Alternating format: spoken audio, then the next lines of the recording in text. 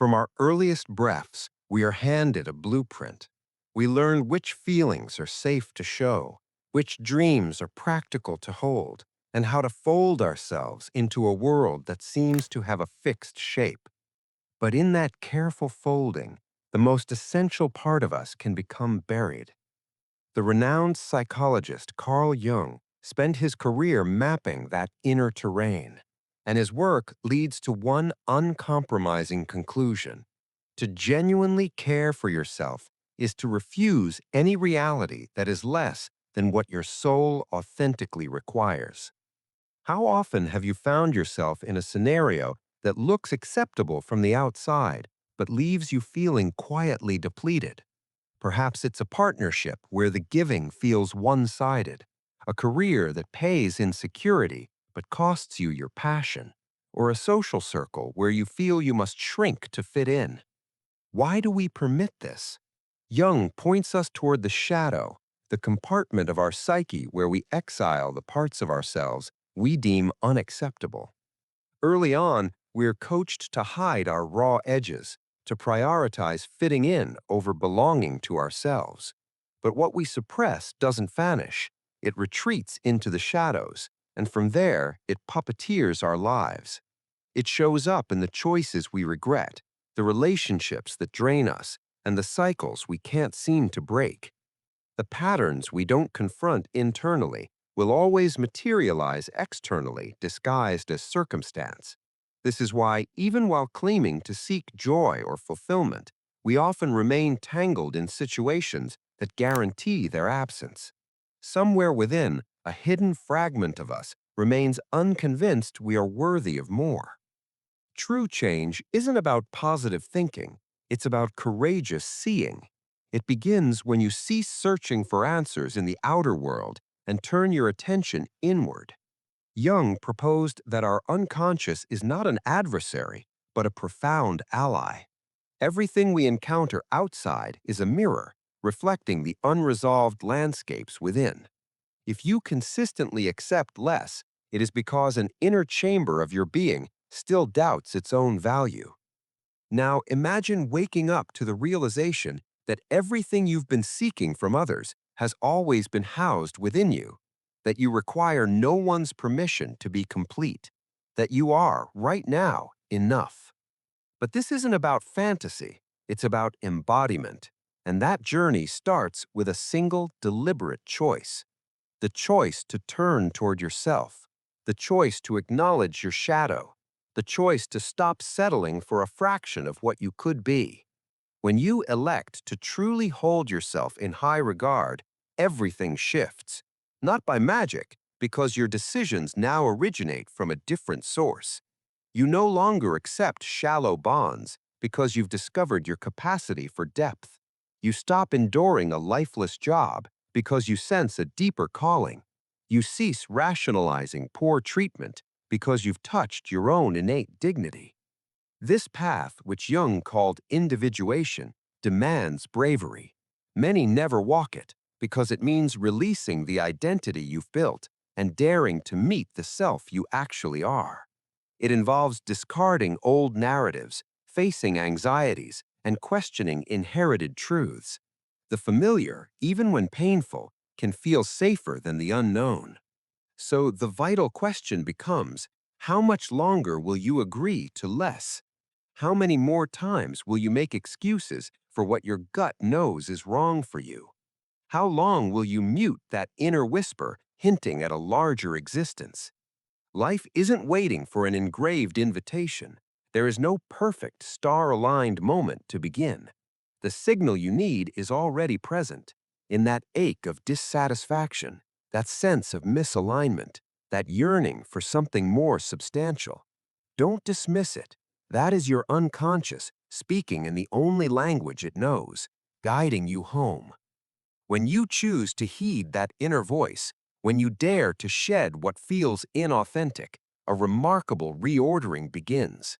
Connections align, pathways appear, not because the universe has suddenly changed its rules, but because you have. You finally understood that self-respect is a non-negotiable boundary. This is only the dawn. When you start to acknowledge your own worth, your entire life's dynamics transform. You operate from a place of conscious selection, not desperate need. Jung revealed that the people and circumstances we draw into our lives are often reflections of our unhealed interiors. If you've historically accepted crumbs, it's likely because a subconscious part of you believed that was the entire meal. But that belief is a phantom, a story installed by past wounds, cultural conditioning, or the dread of isolation. The unconscious mind is a powerful magnet, attracting experiences that confirm its deepest held convictions. If you feel undeserving, you will magnetize situations that make you feel small. If you equate love with anguish, you will unconsciously seek partnerships that validate that equation. This is the engine behind those frustrating repetitive loops. People change the cast and setting, but the core plot remains unchanged because the root was never out there, it's in here. What you do not heal, you will continue to meet in different forms until you finally choose to learn its lesson. Awakening to this can be unsettling. There will be moments when the old, familiar emptiness seems preferable to the new, unfamiliar void. Your mind will argue, better the prison you know. But that is the grand illusion. The comfort zone is not a haven, it's a waiting room. And the longer you linger there, the more you postpone the life that is authentically yours. Jung saw shadow work as essential to a full existence.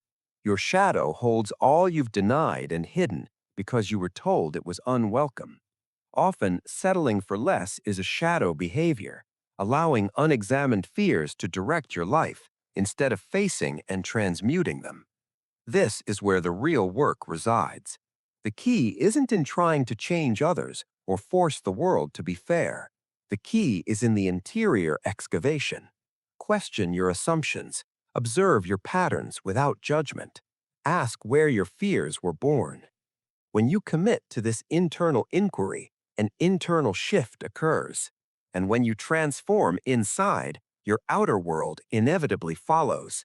Your relationships evolve. You stop pursuing those who are emotionally absent because you no longer need their approval to feel whole. Environments where you once strained to belong begin to feel alien because your self-definition is no longer tied to external acceptance. You move with a new assurance, making choices rooted in self-regard, not anxiety. And here, something fascinating unfolds. Jung described synchronicities, meaningful coincidences that arise when we are in tune with our genuine nature. When you start to honor your own boundaries, treat yourself with kindness, and demand your due dignity, the cosmos seems to respond. Doors open, connections transform, not because they weren't there before, but because you are now vibrationally ready to perceive and receive them. The dilemma is that many wait for external proof before committing to inner change. They want a sign from the world before they dare to trust their own worth. But the sequence is reversed. You must believe in yourself first. You must choose yourself first. You must give to yourself first. Only then does the outer world mirror that internal shift. This process is neither quick nor smooth.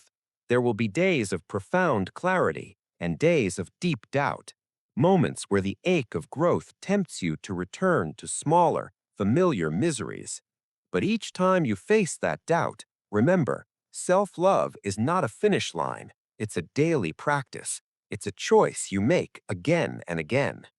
Living from this place changes everything.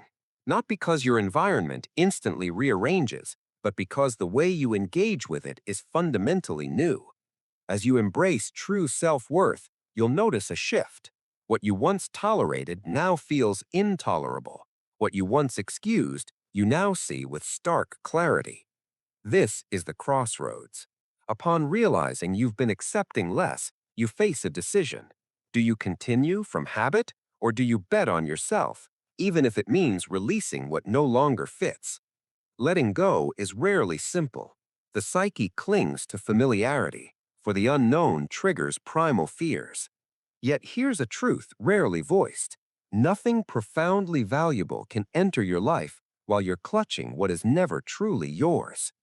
Pause. Look at your life with ruthless honesty. Do your relationships reflect your true spirit? Does your daily environment bring your soul peace? It's easy to mistake routine for living, but if you cling to what drains you, you remain stuck in a story that isn't yours.